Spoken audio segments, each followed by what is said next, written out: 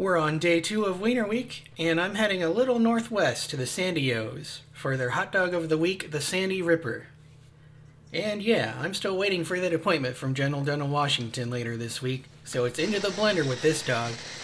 On blendability, it seemed to blend very nicely. Just one attempt, and visually speaking, everything seemed to have been chopped down to pieces very nicely.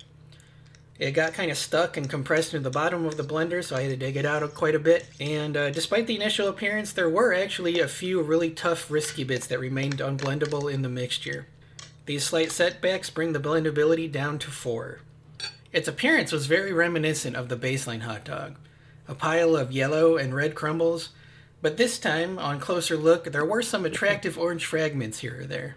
That being said, it looked mostly like a brown granulated stuffing. 3 stars for average looks.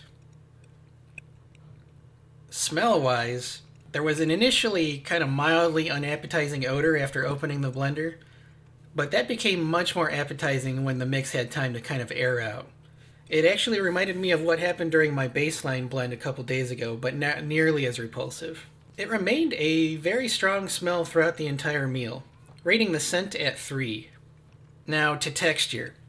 It was kind of like eating stuffing that someone stirred soft bacon bits into, but with an occasional tough, chewy, savory chunk.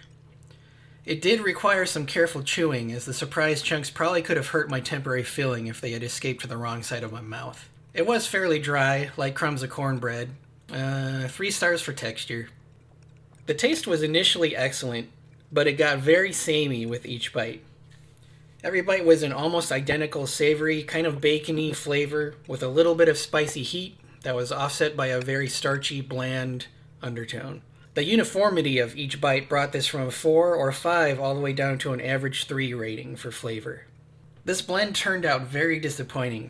I really think I would have loved to really chow down on it, but until General Dental Washington does my filling, it is what it is. Stay doggy, Portland.